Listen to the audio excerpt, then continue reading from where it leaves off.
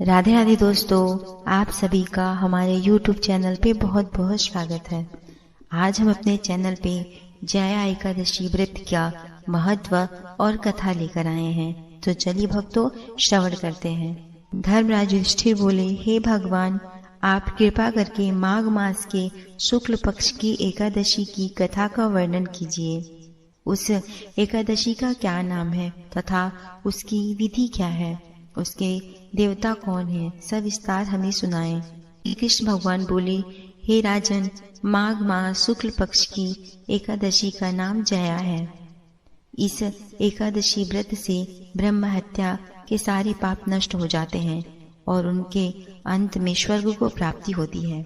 इस व्रत में भूयोनि या भूत, पिशाच और प्रेत आदि की योनि से मनुष्य को छुटकारा मिल जाता है। अतः इस एकादशी के व्रत को विधि पूर्वक करना चाहिए। हे राजन, मैं एक पौराणिक कथा कहता हूँ जिसके पद्म पुराण में उल्लेख है। एक समय इंद्र नागलोक में रहकर राज्य करता था और वह नंदन वन में अमृत का पान कर अप्सराओं के साथ आनंद पूर्वक क्रीड़ा कर रहा था। एक दिन अपनी इच्छा अनुसार अप्सराओं के साथ रमण कर नृत्य का आनंद लेने लगा। गंधर्व उस जगह गान कर रहे थे। वहाँ गंधर्वों में श्रेष्ठ पुष्प दंत, उनकी पुत्री तथा चित्रसेन की स्त्री मालिन, ये सब थे। उस जगह मालिन का पुत्र पुष्पवान और माल्यवान भी था। पुष्पवती नाम एक गंधर्व स्त्री माल्यवान को देखकर उस पर मोहित हो गई और काम के मोह में आकर अपने रूप, सौंदर्य, हाव भाव आदि द्वारा उसने माल्यवान को वश में कर लिया। हे राजश्री, वह पुष्पवती अत्यंत सुंदर थी। उसके लक्षण ये थे कि उसके बाहु कामदेव के कांड के हाथ के समान थे। चंद्रमा के समान मुख खिला हुआ था। विशाल नेत्र वाली एवं कानों में सुंदर कुंडलों को धारण करने वाली थी। उसकी ग्रीवा में सुंदर हार था। उसके मोटे तथा ऊंचे उठे हुए कूच स्वर्ण कमल के समान शोभा दे रहे थे। उसका पेट तथा कमर सिंह के समान अत्यंत पतले थे। उसके नितंब विपुल जंघाएं मोटी थी। उसके चरण लाल वर्ण के कमल के समान दिख रहे थे। पुष्पवती की ऐसी सुंदरता को देखकर उसके ऊपर माल्यवान भी मोहित हो गया। अतः ये दोनों कामदेव के वश में होकर इंद्र के बुलाने पर नाच गाना करने गए। इन्हें जाना ही पड़ा। अपना गाना अप्सराओं के साथ शुरू किया।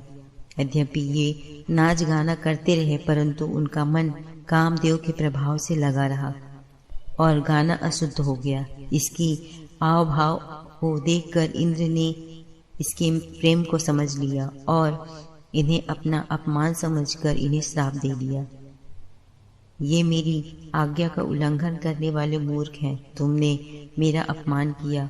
तुम लोगों को धिक्कार है, इसीलिए तुम स्त्री पुरुष के रूप में मृत्यु लोक में जाकर पिशाच का रूप धारण करो और अपने कर्मों का फल भोगो।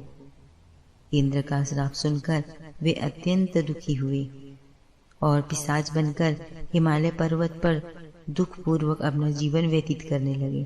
गंध, रस और स्पर्श आदि का कुछ भी ज्ञान नहीं रहा।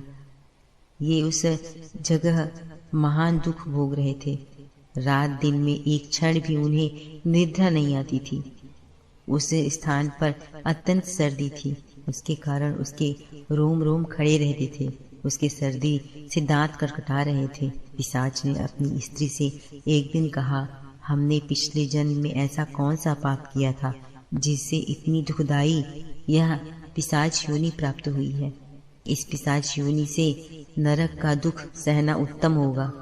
वे इस प्रकार अनेक प्रकार के विचार करते हुए अपना दिन व्यतीत कर रहे थे। तब माघ माह के शुक्ल पक्ष की जया नाम की एकादशी आई। इन दोनों ने उस दिन कुछ भी नहीं भोजन किया और न ही कुछ गलत कर्म किया। उस दिन केवल फल फूल खाकर ही दिन व्यतीत किया और महान दुख के साथ पीपल के वृक्ष के नीचे बैठे रहे। सूर्य नारायण उस समय अस्त हो चले थे। इन दोनों ने एक दूसरे से चिपक कर रात्रि बड़ी कठिनाई के साथ काटी। सर्दी के कारण उनको रात्रि में निद्रा भी नहीं आई।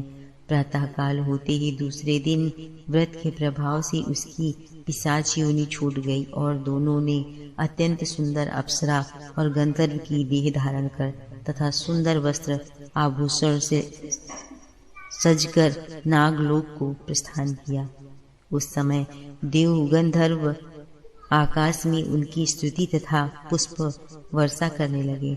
इन दोनों के नागलोक में जाकर देवराज इंद्र को प्रणाम किया। इंद्र को भी इन्हें अपने प्रथम रूप में देखकर महान आश्चर्य हुआ और इनसे पूछने लगे कि तुमने किस प्रकार अपनी पिशाच देह से छुटकारा पाया, सो सब बतलाओ।